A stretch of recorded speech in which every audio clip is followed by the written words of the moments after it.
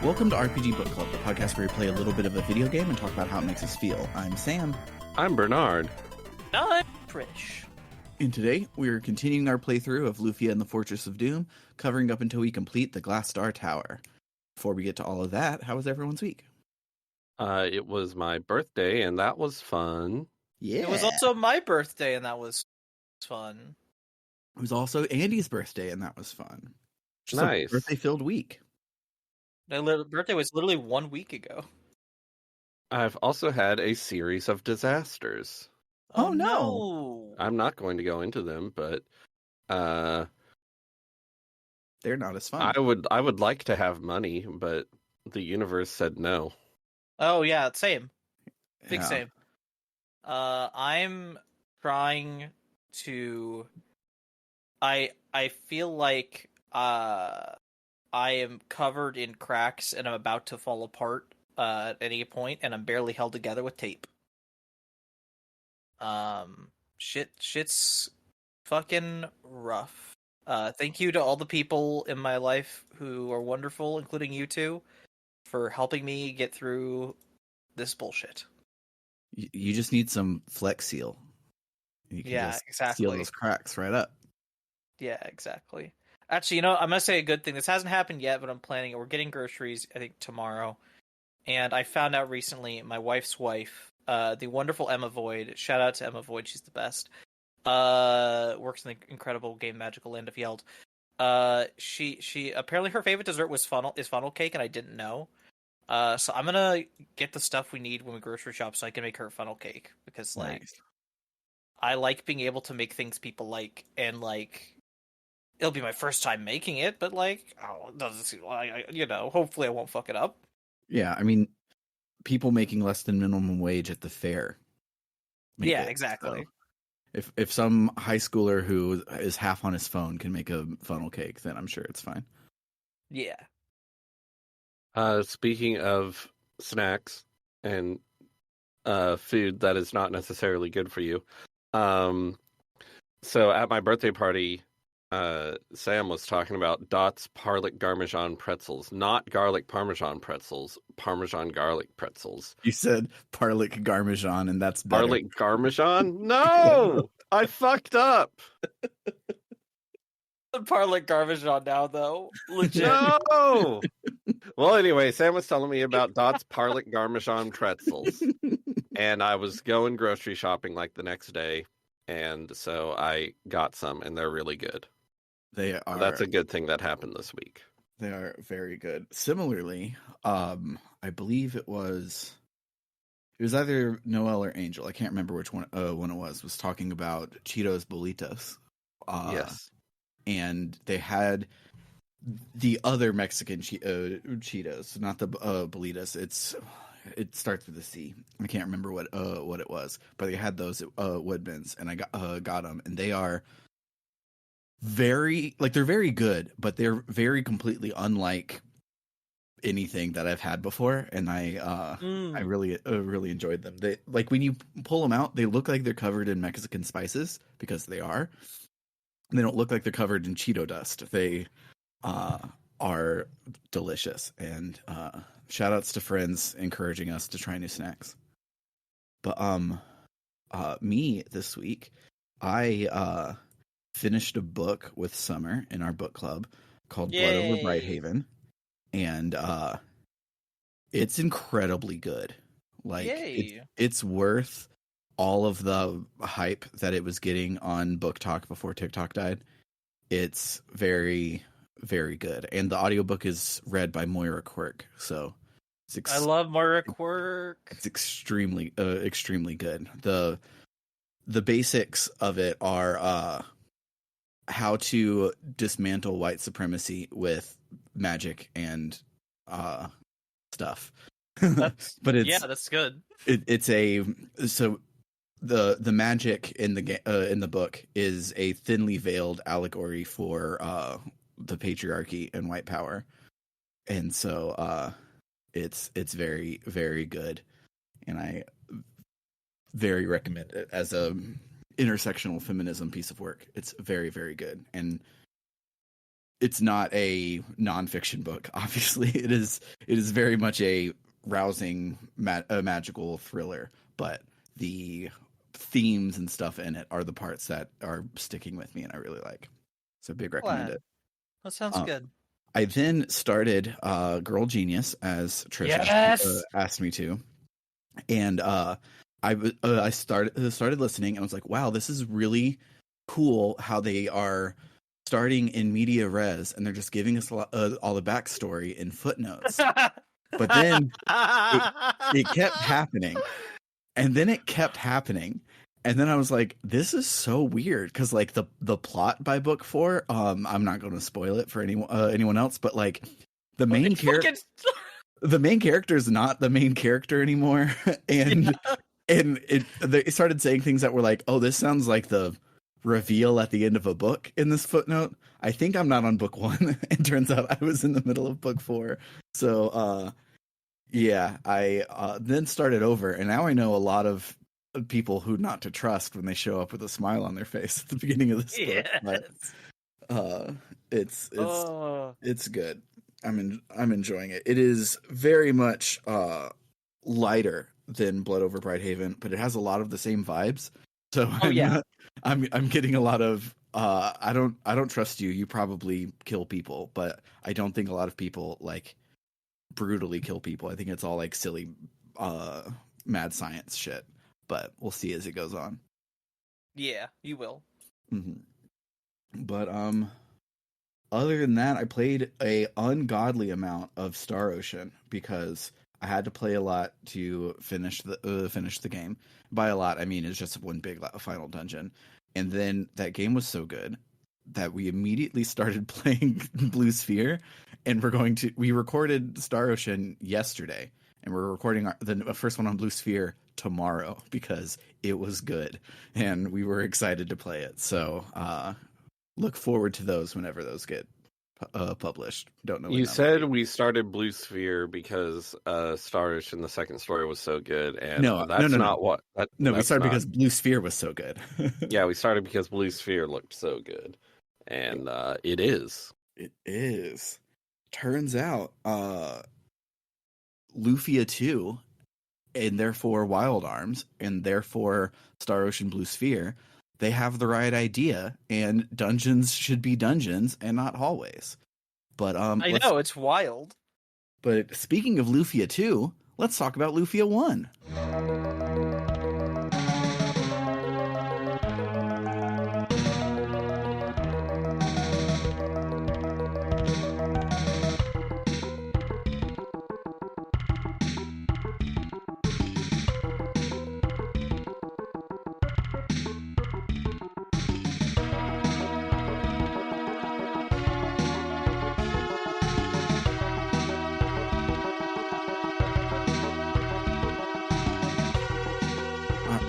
What happened in Lufia 1?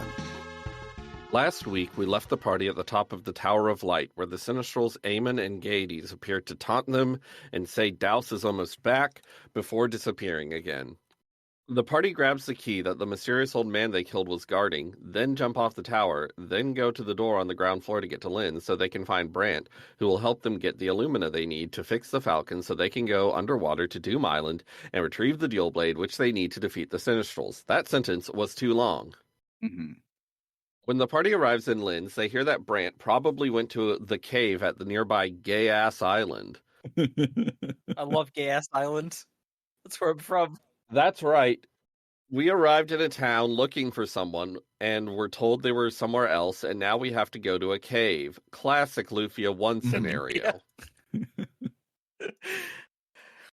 They also hear that people used to mine Illumina at Gay-Ass Island, but now it can only really be found at the Fargo Islands. The party heads to the Gay-Ass Island cave, where they find a singular piece of Illumina and a man named Clack, who is a Doom Island researcher. He tells them how to get to Doom Island, and says that changes in the currents near Doom Island give the impression that the island is starting to move, which is probably bad. Mm-hmm. He also knows Brant, and says he's in Mars visiting his girlfriend, or perhaps in the nearby Fargo caves. Also, when Totinos finally introduces himself as Maxim's descendant, Clack gives Totinos a ring that Maxim wore during the battle with the Sinistrals. It raises Totinos' stats a lot. Nice. The party heads to the port town of Mars, where they do not find Brant. They do, however, hear about the nearby Ison Island, where there's apparently a pirate stronghold, and we'll probably have to fight those pirates later. Oh, what? The party heads to the Fargo Islands, where they find Brant, who got lost in the caves while looking for Illumina. They help him out, and as thanks, he gives them a piece of Illumina and says there's more to be found on these islands.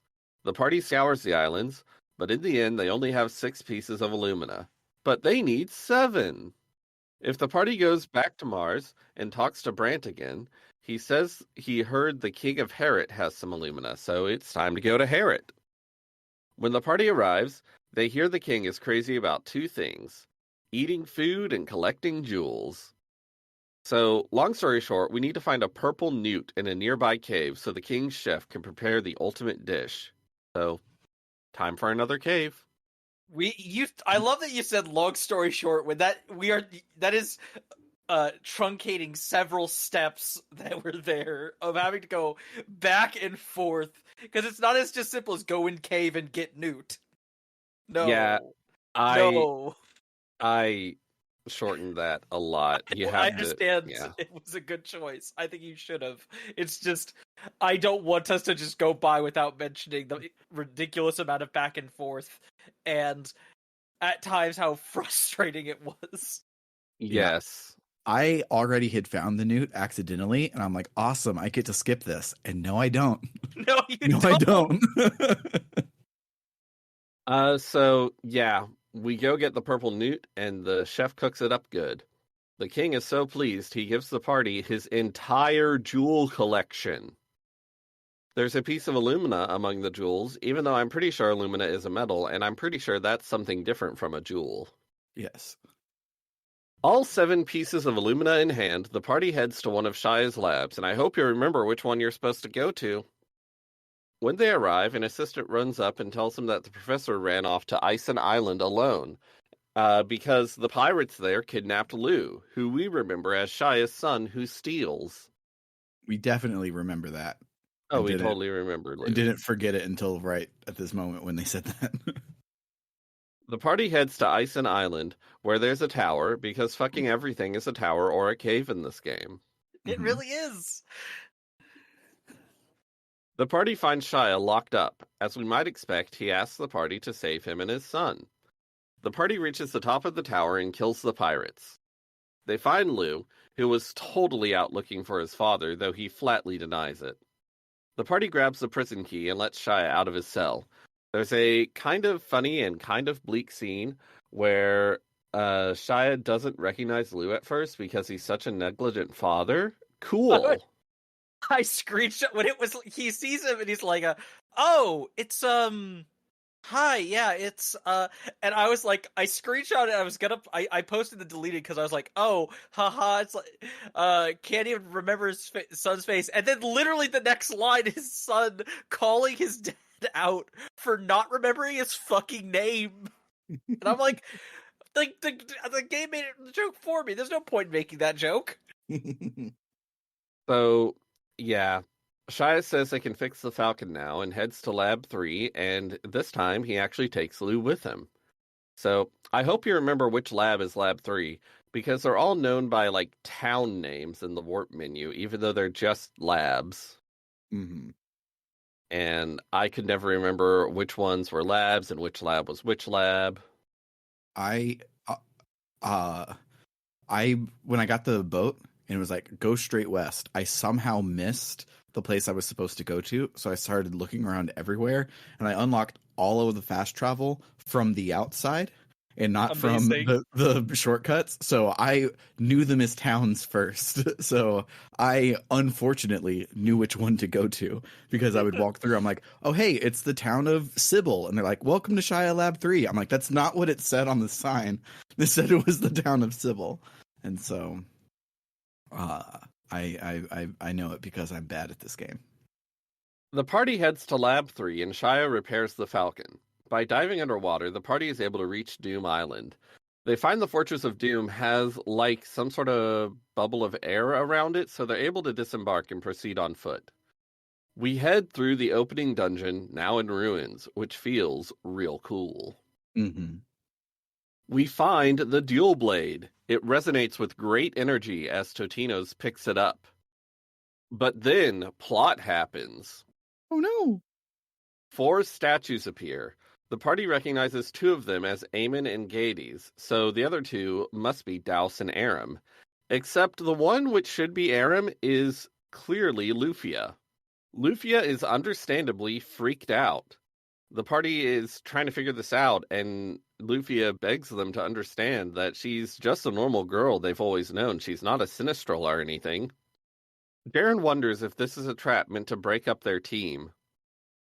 Eamon and Gades appear, and then so does Douse. He says the time of their reunion has finally arrived, and Totino's is like, well, if it's your reunion, where's Aram? Douse says Aram was revived 16 years ago, and Lufia is Aram. Lufia denies this, and Douse says she doesn't remember her true self. The reason she never remembered her parents as a child is that she has none. Douse asks why we think the Sinistrals let us live this long. He says that Lufia's power brought them back. A bolt of magic shocks Lufia, which Douse says will restore her memories. Eamon says her recovery will take time, and they should retreat for now. The Sinistrals disappear, and Lufia is left with a pain shooting through her skull. The ground starts shaking, and Jaren warps them out of the fortress. I like how, in a number of scenes so far, it's just like, yeah, Jaren, use the escape spell, which is a thing that you use in the game, but also we're going to use it in cutscenes. No, it's very cool. I like that they acknowledge that the characters can just teleport out of dungeons. Yeah. The party watches as Doom Island rises into the air. Lufia is still in a bad state, so they head to a nearby village and stay at the inn. Everyone is exhausted and falls asleep quickly, the girls in one room and the boys in another. The next morning, Lufia wakes up before Jaren and heads to the boys' room to speak with Totino's. But as she reaches the door, she overhears Aguro and Totino's talking. Aguro says that if what Douse said is true, the Sinistrals will keep coming back, even if they kill them, as long as Lufia lives. Totino's doesn't want to talk about that, doesn't want to even think about it. He says they should go check on the girls, and Lufia rushes back to her bed and pretends she was sleeping. So Totino's and Aguro go across the hall to wake up the girls, and Lufia says she feels okay now, but asks why Totino's has not asked her about her memories. Totino says he's sure she hasn't remembered anything, and he trusts her. With Doom Island floating in the sky, the party decides to head back to Lab 3 because Shia said the Falcon can fly. Wait, did he say that? I don't think he said that. I don't remember him saying that. I don't remember him saying that either. The party, I think it's Totino's who says, yeah, Shia said the Falcon can fly, so we should go see him. And I'm like, what? I'm glad I'm not the only person who didn't remember that ever happening. At the lab, Shia says he was worried about the party when he saw Doom Island rise into the sky. He can get the Falcon to fly, but he'll need power oil to do so. They should find some for sale in the nearby town of Epro, but you'd be forgiven for thinking we won't find any and we'll have to go through a cave. Once the party has acquired the power oil, they should head to Lab 4 so Shia can fix up our airship. That's right, this motherfucker has a 4th lab. The party heads to Epro and finds the shop is sold out of power oil, and they'll need to go to a nearby cave to get some. Oh no. I love it's like literally we went to the store for the key item and they're like, nah man, gotta go to the cave. There's this whole thing about how there was a landslide and the cave that they get the oil from is blocked off, but we can get there by going underwater and going through an underwater cave to get to the above water cave. I just didn't put any of that in my notes. No, I will call it specifically from that whole diversion though, that in the process of that you're sent out to talk to like the dude who was sent out to get more oil, and he's the only character in the game we have ever seen on the overworld. Like he's just like a full town. No, who else was on the overworld? When At the very beginning, whoever it was ran into the cave past the guy guarding it. The guy guarding it was on the overworld. But was he a static figure on the overworld you go up and talk to? Yeah. Yes. Dang it. Okay, well, there's two examples in the whole game. It's still notable. Yeah. Yeah, you walk up to him and are like, hey, and he's like, hey, the sickly, 10-year-old made it past me because I'm a real good guard. So we go get the power oil from the cave, which involves fighting a freaking dragon, and then we head to Lab 4. Shia fixes up the Falcon so it can fly. Nice! We have an airship. Totinos thanks the professor for all his help, and the professor tells him to just come back in one piece. Totinos promises they will. Lufia adds that all 4 of them will return. Jaren says that's right, they'll all return together. An assistant reports that Doom Island has floated over to Glasdar Tower, and there's strong turbulence around the top of the tower, so they won't be able to just fly the Falcon straight to Doom Island. They'll have to head through a nearby tunnel to get to the tower, then climb up the tower. Tunnels and towers. Tunnels and towers. Tunnels and towers. We head to the cave and find the door at the end is locked, and we have to go through a more different cave to get the key. Fun. We do that, get to the tower, and climb to the top. Some guy appears and says he's Nazabi, agent of Douse. He attacks after just one text box of introduction. Rude. The party defeats Nazabi, who in his final moments does some sort of energy magic on Lufia. And you might be wondering, will we ever get an explanation of what this energy theme is? No. Will Obi-Wan ever sit down and explain what the Force is? And the answer is no. I've beaten the game, and the answer is no.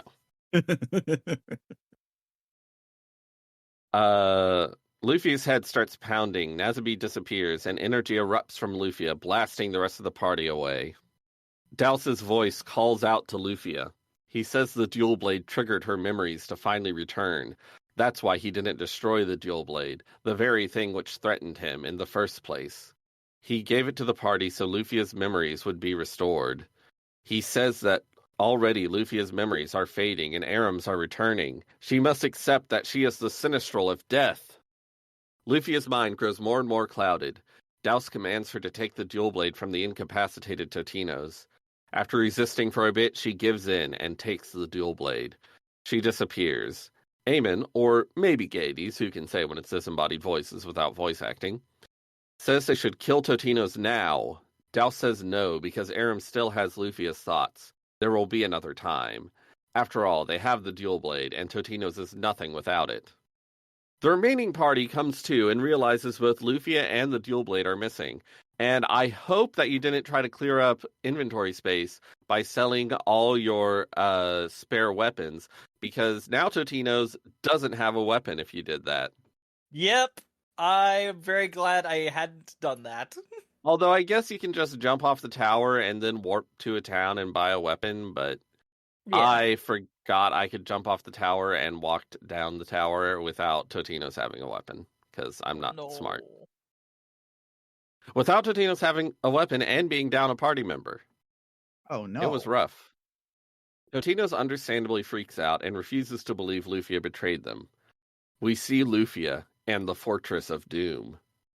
She approaches the other Sinistrals and gives them the dual blade. She asks why Douse didn't kill her, because she could have destroyed him with the dual blade right then. He says he knows she wouldn't do that, because she is Aram. She is one of them. Douse destroys the dual blade. He says they are now one, and the reign of terror will begin again. Doom Island floats away from Glasdar Tower, and the party decides to pursue. Next week, we will finish the game. Yay. Yay. But for now, we're going to listen to some music and talk about our memorable moments.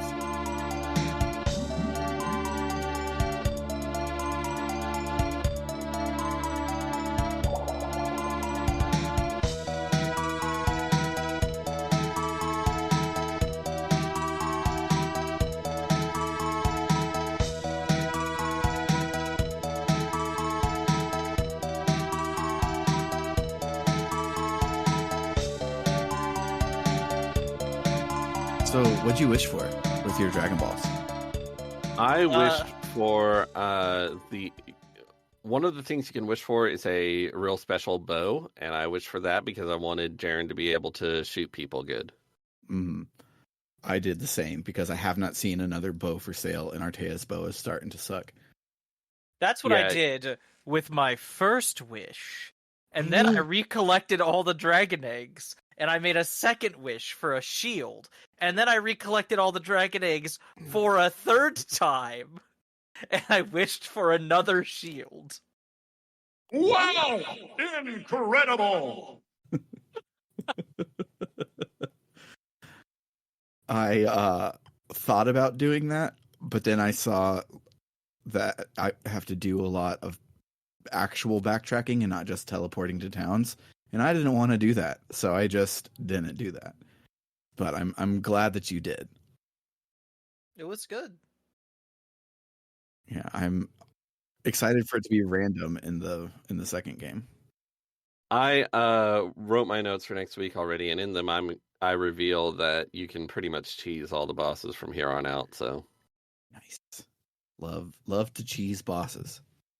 Not really cheese, but they're just very easy if you know what to do. Good, because I don't like when games are hard on the last week.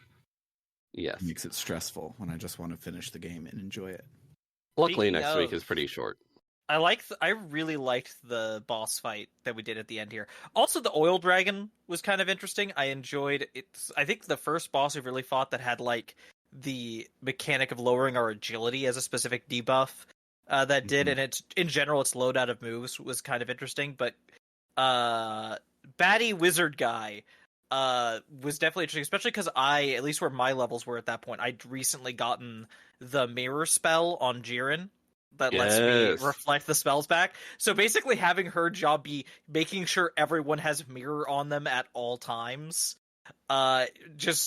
it definitely adds another thing to be juggling in the fight, but it also makes the fight not nearly as hard, because otherwise, even if some of his spells don't hit that hard, he is constantly AoEing you. Yeah, that's basically what you have to do in the upcoming boss fights. There's only one of them that really uses physical attacks much. Mm-hmm. So for the rest of them, you just have Jaren make sure she's keeping mirror on people as much as possible, and it's not too hard. Yay, that's good to hear. In general, just the dungeon design and the boss design has been so good. Like, it's been like at least decent throughout the whole game, but like the last like half of the game at least, I think especially the boss design has gotten really good. Mm-hmm. I feel like ever since I unlocked the boost spell, battles have become a bit less interesting. They've become a lot less stressful, but I sort of just have Lufia and or Jaren use boost every turn, and I'm fine. See, I guess I use boost only when the party is starting to get a little bit low, not every turn, just because I don't want to. That is probably the safer strategy, but that also requires, like, I just feel like it'd make the battle take so long. Yeah. Do that. I want to have her also doing damage dealing or debuffing or something. Speaking of Lufia, though, yeah, the big twist in this part of the game. We have some story to chew on a little bit. Lufia is special. Lufia, not just special, she evil? ? The scene of her listening in on Totino's and green guy whose name I don't remember, Luigi. Luigi, as they're like talking the issue. That scene was just honestly, I thought, really well done. Mm-hmm. Yeah. So the first week we talked about how, Totino's and Lufia are having this frank discussion of the dangers ahead, and it's just this nice quiet scene where they're having character development and stuff. And then we didn't really get that for a long time. But now we're having just another nice, small, character-driven scene that's really nice. And I really like that scene, too. And also, I just realized Totino's is red, and Aguro is green, so Mario and Luigi, and Jaren is yellow, and Lufia is purple, like Wario and Waluigi. No, Sure. well, I think it's more that she's blue because it's a Super Nintendo game, and in the Super Famicom, the buttons are red, blue, green, and yellow. Oh. That's why a lot of Super Nintendo games had a red, blue, green, yellow thing. It was a little nod to the console they were on. I guess Lufia's hair is more blue instead of purple. On my screen, it looks a little purple sometimes. Yeah. Yeah, I definitely get what you mean. How up until this point, since the beginning of the game, there hasn't been a lot of scenes like that, and you're definitely right. I guess for me, there's been enough unexpected character conversations between the party, more than I would ever expect from a lot of games RPGs of this era. To where like I felt like even if we weren't getting quiet personal scenes, I still had. It wasn't like they were just stats and not people. Like I felt like there was enough input from them consistently throughout the game that I had a good track on who they were as characters. And so when this emotional moment happens to shake things up, it works at least a little bit. Mm-hmm. I will say I think it would have been I think it would have been more effective if Luffy, because it feels like Lufia's primary character thus far. I would describe her as she likes flowers and she's jealous of any girl interacting with Totinos. Mm-hmm. That's kind of her whole thing up until now. And like this is really good, and we get some good stuff with her. It's just I kind of wish there was more going on with her, if that makes sense. Fair. It feels like very girl character traits to give to her. Yes. Yeah. Also, because as part of the silly thing with the purple newt, we had to go to the chef town again. Mm-hmm. And I just want to, I can't remember if I brought it up on the episode where we first went there, but I think my favorite silly character reaction in this game is going up to a chef who is like, oh, can you all taste this and see what you think? And the party goes from like, Totino's being like, that's pretty good. I give it like a 7 out of 10. And then every party member in turn giving worse criticism and lower scores until green hair guy is like, yeah, no, you have serious room for improvement. That's a 2 out of 10. And the chef is just like, wow, you're all such tough critics. Like, it's just a silly ass joke that I love. Mm-hmm. I love it.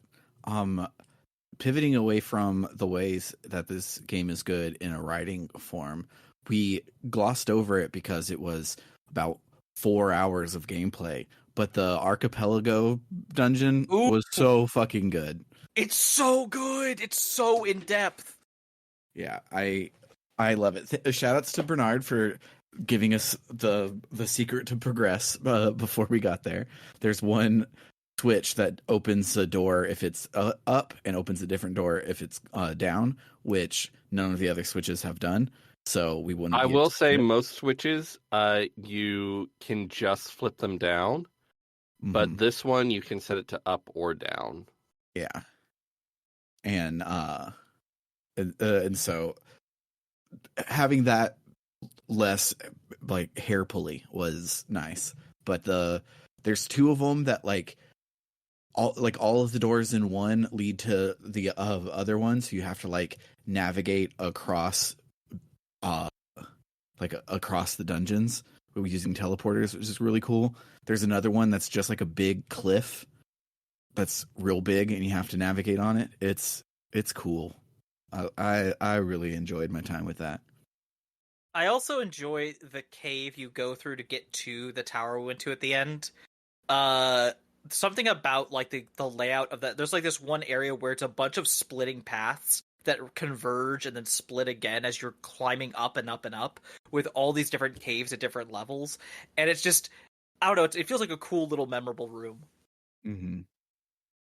Yeah, I big enjoy the dungeons in this game, and I'm so excited for them to add dungeon mechanics in the next game, and it's probably gonna be so freaking good.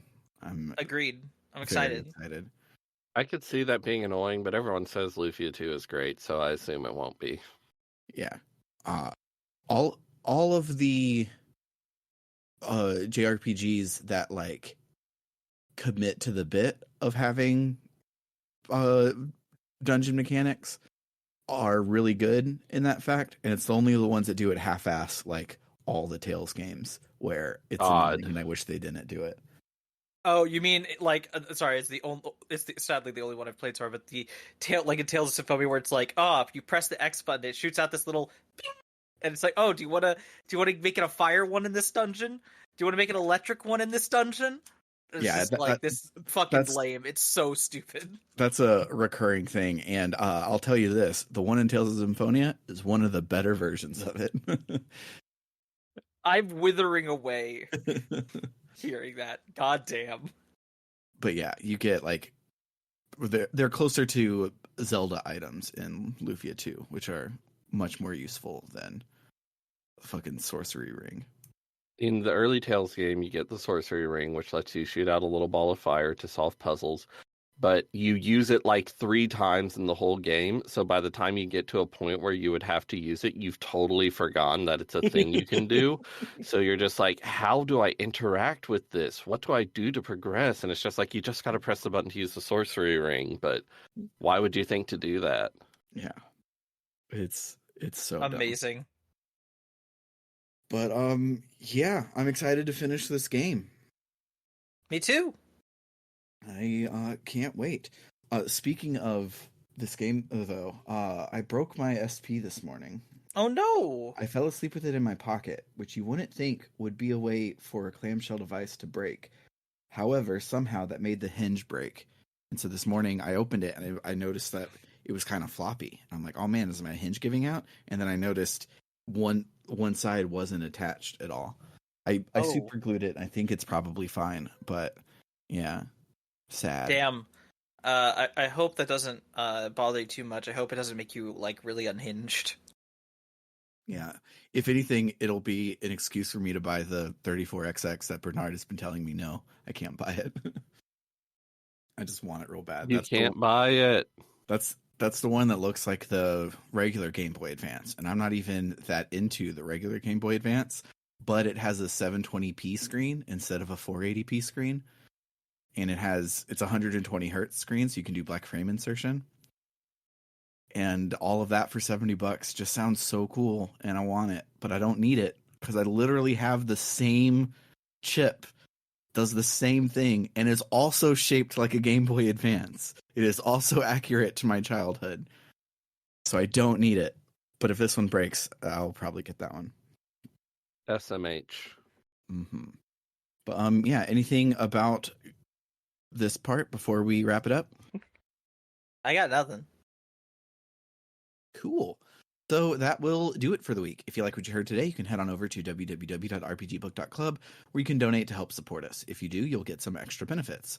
At $1 a month, the Gadabout tier gets access to our bonus feed, where we have after shows for every episode, as well as bonus seasons of the show that are backer only, like the aforementioned Star Ocean coverage in our Escape Pod bonus show.